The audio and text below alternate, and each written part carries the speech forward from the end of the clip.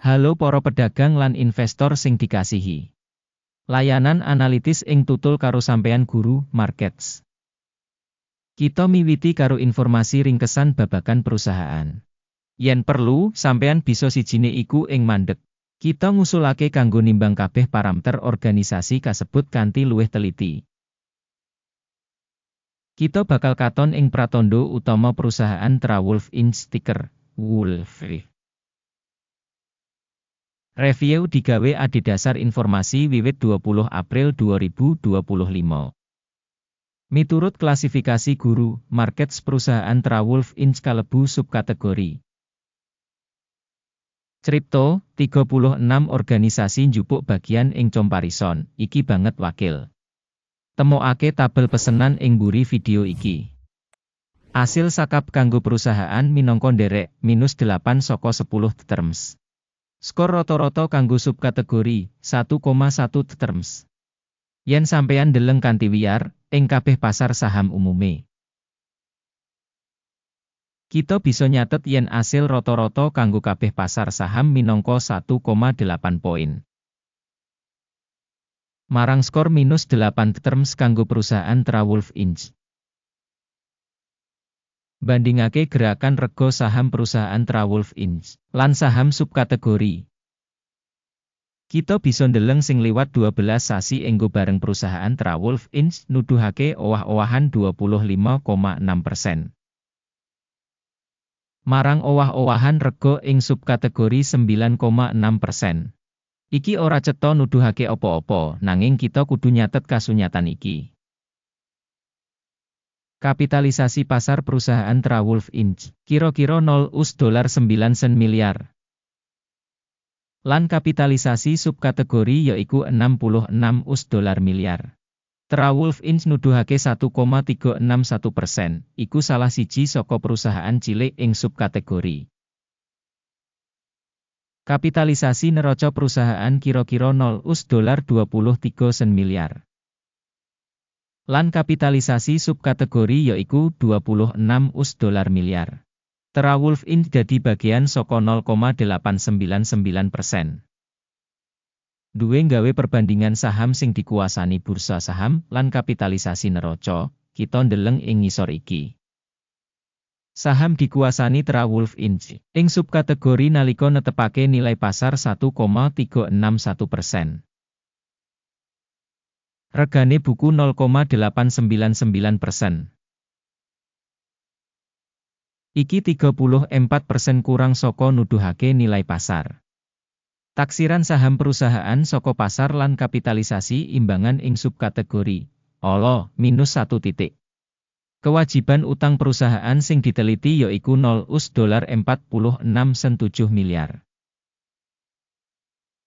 Kewajiban finansial kanggo nilai buku nganti 203% saka ibu kutha perusahaan. Taksiran dening tingkat ayahan finansial perusahaan, banget ala, -2 terms. Imbangan rega saham perusahaan kanggo laba yaiku 0. Dene rata-rata ing subkategori yaiku 57, sing luwih elek tinimbang ing subkategori. Taksiran rega pasar kanggo indikator media WI ing comparison karo perusahaan ing subkategori, banget ala, -2 terms. Media WI kanggo pungkasan 12 sasi iki $73 mayuta-yuta. Pangentukan digambaraken kanggo teko 12 sasi samestine $45 yuta. Lan iki 38,4% kurang saka ing wayahe saiki. Taksiran pratandha media WI samestine ing comparison karo perusahaan ing subkategori tolerable 0 terms. Rega perusahaan kanggo imbangan revenue punika 6,4. Rata-rata ing subkategori yaiku 4, yaiku 60% luwih dhuwur tinimbang rata-rata ing subkategori. Taksiran rega pasar kanggo indikator revenue ing comparison karo pratandha ing subkategori tolerable -0,5 terms. Revenue kanggo pungkasan 12 sasi ana $140 mayuta-yuta. Revenue mangsa kanggo sabanjur 12 sasi ora dingerteni. Kang arang banget ala kanggo rega perusahaan. Taksiran volume dodolan ing mangsa ngarep dibandingake karo indikator perusahaan ing subkategori ala -1 poin.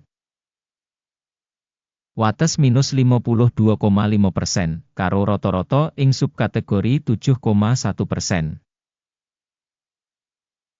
Prabdan antarane rata-rata subkategori lan kinerja perusahaan punika 59,6%. Taksiran bati dodolan dibandingake karo indikator ing subkategori lumayan -0,5 poin. Pangsa perusahaan miturut jumlah karyawan ing subkategori yaiku 0,152%. Iki 795% kurang saka nuduhake kapitalisasi pasar. Lan kasunyatan iki nuduhake ora seimbang ing nilai pasar saham perusahaan. Wolf Inc paling kamungkinan kanggo revaluation.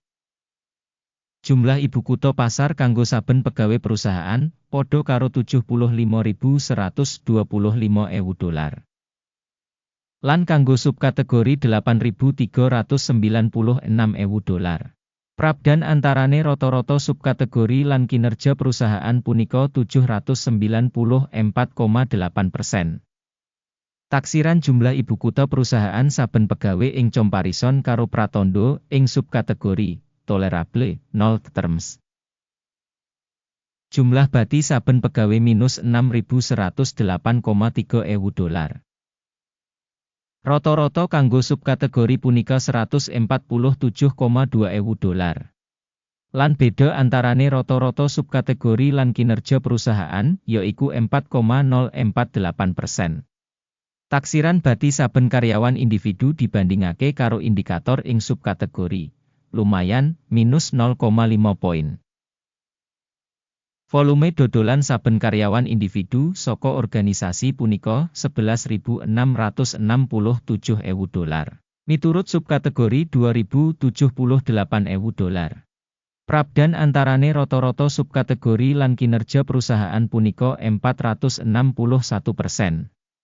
Prakiraan saka bagian revenue kanggo saben karyawan perusahaan dibandingake karo pratandha ing subkategori tolerable -0,5 terms.